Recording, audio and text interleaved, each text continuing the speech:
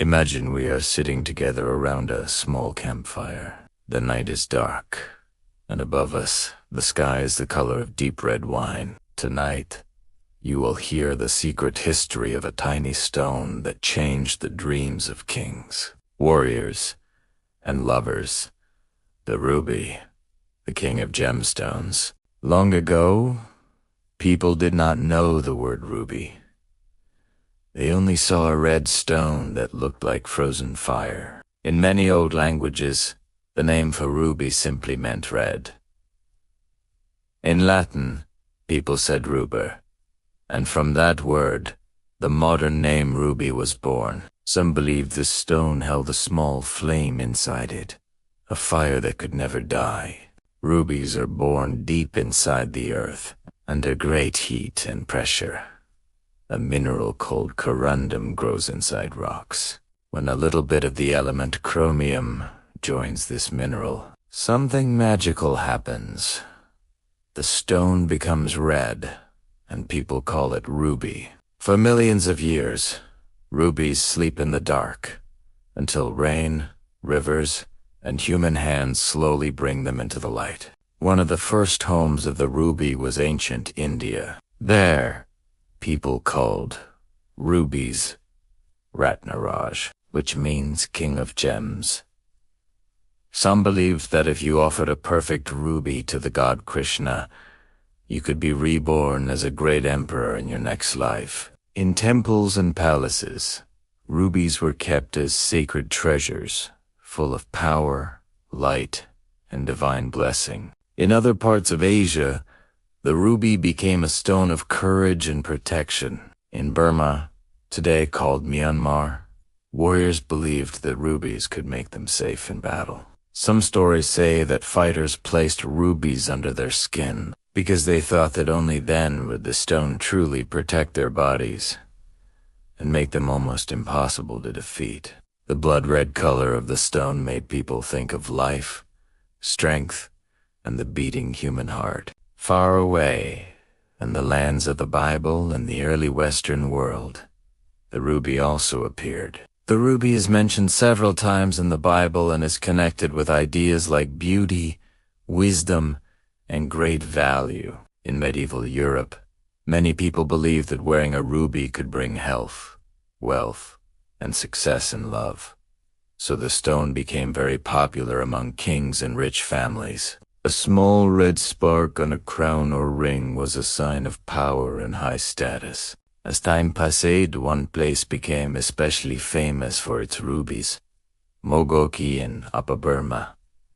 For centuries, the valleys and hills of this region produced stones with such strong red color that people called them pigeon's blood rubies. Merchants carried these gems along long trade routes, from Asian mines to the treasure rooms of Indian maharajas and European royal courts. Behind each tiny stone were miners working in difficult conditions, digging through rock and earth for a chance at one bright flash of red. When European empires expanded into Asia in the 19th century, rubies became part of a larger story of power and control. British rule in Burma connected local ruby mines more tightly to global markets and Western jewelry houses. Beautiful stones from Myanmar ended up in the crowns and necklaces of queens and aristocrats far away, while many local people continued to live hard lives near the mines.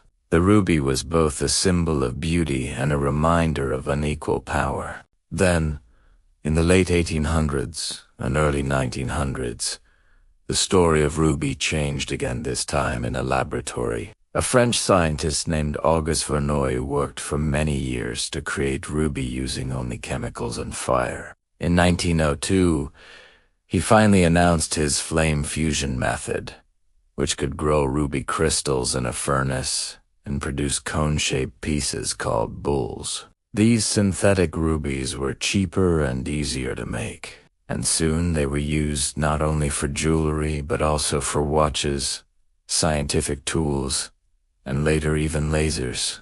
This new kind of ruby created a difficult question. If a stone is made by humans in a lab, not in the earth, over millions of years, is it less special? Some people say that natural rubies are unique gifts from nature and history, with tiny differences in every crystal. Others say synthetic rubies are more honest and kinder, because they do not require dangerous mining or damage to mountains and rivers. The world of rubies became a place where science, ethics, and beauty met each other. Even today, the ruby keeps its strong meaning. Many cultures see it as a symbol of love, passion, and deep commitment, which is why ruby jewelry is often given for important anniversaries, like the 40th year of marriage. In some traditions, ruby is also the birthstone for July, bringing good fortune, courage, and protection to people born in that month. When people choose a ruby ring or necklace, they often want not just a pretty color, but also a story of strong feelings and lasting bonds.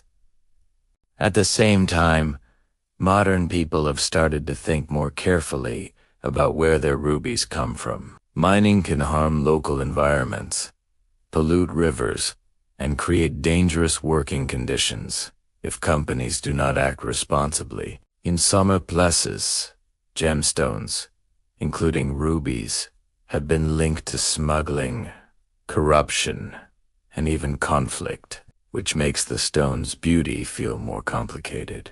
Because of this, some buyers now look for rubies with clear, honest record stones that are mined and traded in ways that try to respect both people and nature. Now the fire of the campfire is getting lower, and the night around us is very quiet. We have followed the ruby from the deep earth to temples in India, from the armor of Burmese warriors to the crowns of European kings, from secret mines to bright modern laboratories. This small red stone has carried the dreams of God's emperors, scientists, and lovers, all inside its glowing heart. The next time you see a ruby, maybe in a ring, in a shop window, or in a picture, take a moment to really look at it. Behind that single point of red light are thousands of years of human history, of hope and hunger, of courage and desire. In the end, the ruby is not only a gemstone, it is a tiny flame that shows how far people will go to hold a piece of beauty in their hand.